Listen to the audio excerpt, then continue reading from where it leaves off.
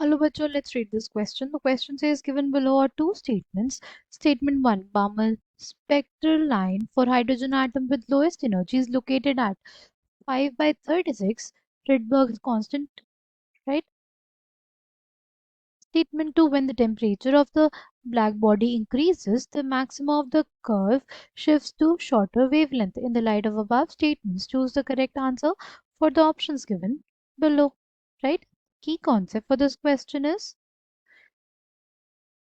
key concept for this question is की कौन सा क्वेश्चन के लिए हो जाएगा हाइड्रोजन स्पेक्ट्रम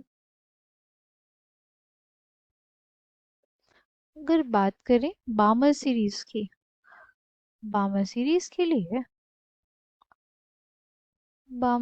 के लिए N1 क्या होता है सी हमारे पास हाइड्रोजन स्पेक्ट्रम में कौन कौन सी सीरीज होती है पहली हमारे पास होती है Lyman series right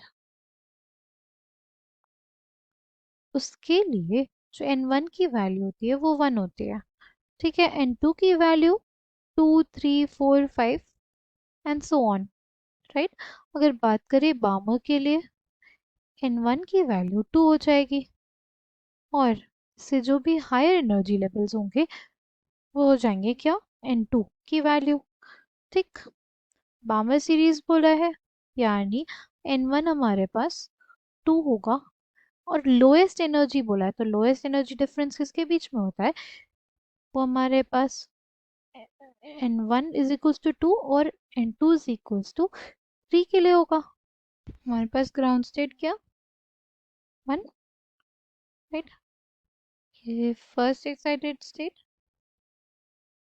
second excited state right हो जाएगा n इज इक्वल्स टू 1 ये था n is equals to 2 n is equals to 3 ये हमारे पास n is equals to 4 right ये हमारे पास वैल्यूज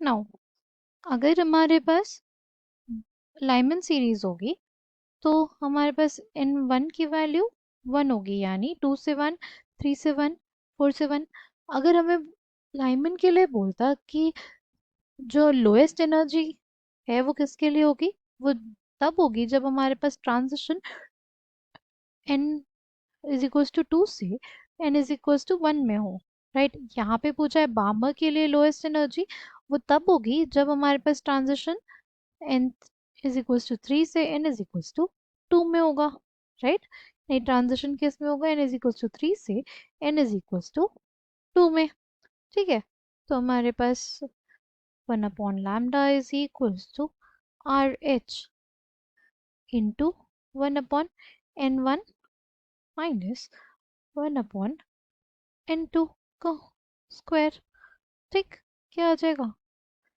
ये हमारे पास आ जाएगा 9 माइनस 4 बाई 36 आ जाएगा 5 बाई 36 इंटू आर एच ठीक किसकी वैल्यू है 1 अपॉन लैम्डा की अगर बात करें एनर्जी की तो होता है एच सी बाय लैम्डा यानी लैम्डा अगर ज़्यादा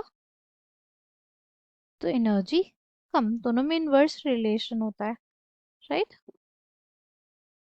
तो अगर बात करें ये हमारे पास एनर्जी की बात करेंगे तो हमारे पास जो लोएस्ट एनर्जी आएगी वो तब आएगी जब हमारे पास लैम्डा सबसे ज़्यादा होगा राइट लैम्डा अगर बामर सीरीज की बात करें तो तब होगा जब हमारे पास ट्रांजिशन होगा 3 से 2 में ठीक तो पहला स्टेटमेंट करेक्ट है फिर है when the temperature of black body increases the maximum of the curve shifts to shorter wavelength ये स्टेटमेंट भी हमारे पास करेक्ट है ठीक है ये हमारे पास कर्व है किसके बीच में इंटेंसिटी और वेवलेंथ के बीच में राइट जो हमारे पास कोई भी बॉडी होती है राइट हीट अब्जॉर्ब करेगी अब्जॉर्ब करने के बाद वो हीट एमिट करती है वो हीट एमिट करती है राइट और जब हीट एमिट करती है तो वो डिफरेंट वेवलेंथ पे हीट एमिट करती है राइट जैसे ये हमारे पास कर्व आया किसके लिए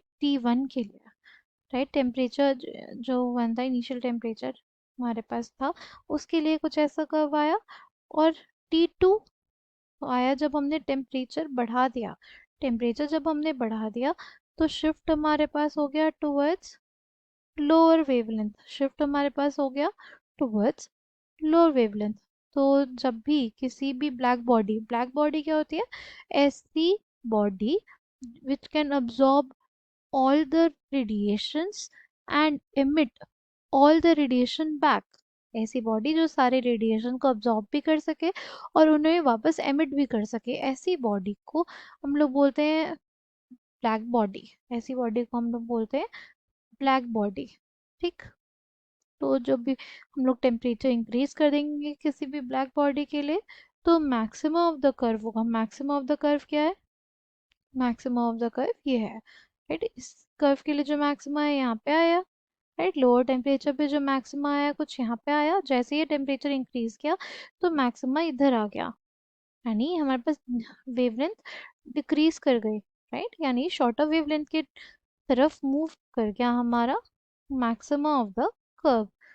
तो स्टेटमेंट वन हमारे पास करेक्ट है और स्टेटमेंट टू भी करेक्ट है, यानी कौन सा ऑप्शन करेक्ट हो जाएगा? Option C will be correct. I hope you understood it well. Thank you, all the